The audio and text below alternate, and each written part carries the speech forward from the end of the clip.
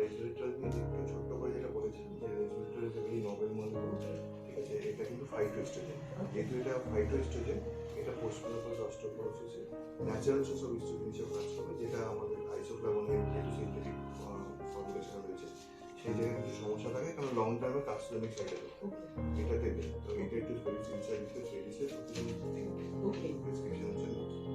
আর এটা তো রুটিন একদম DCM3 আর বেস্ট ফর্মুলেশন অ্যাভেলেবল আছে। ওকে, এখানে লেখা আছে রেডি স্টেপ আছে। হ্যাঁ, এই যে উপরে লেখা ছিল এই যে এখানে আচ্ছা, হ্যাঁ ঠিক আছে। DCM3 DCM আর সফট রোলস অ্যাভেলেবল আছে 100 টাকা এমআরপি আছে, চারটে ওকে।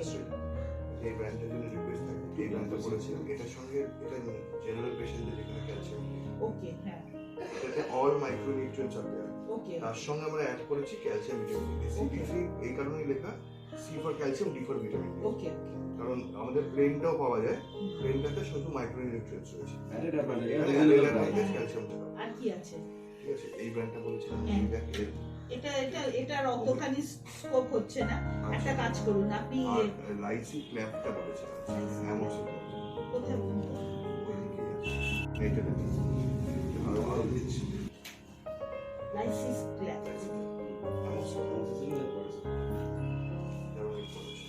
ঠিক আছে, 620 ঠিক আছে, লাইসি ক্ল্যাপ। তাহলে রেডি স্টেপ লিখবো, রাইসি ক্ল্যাপ লিখবো, যখন DCM3 লিখবো, আর এইটা লিখি।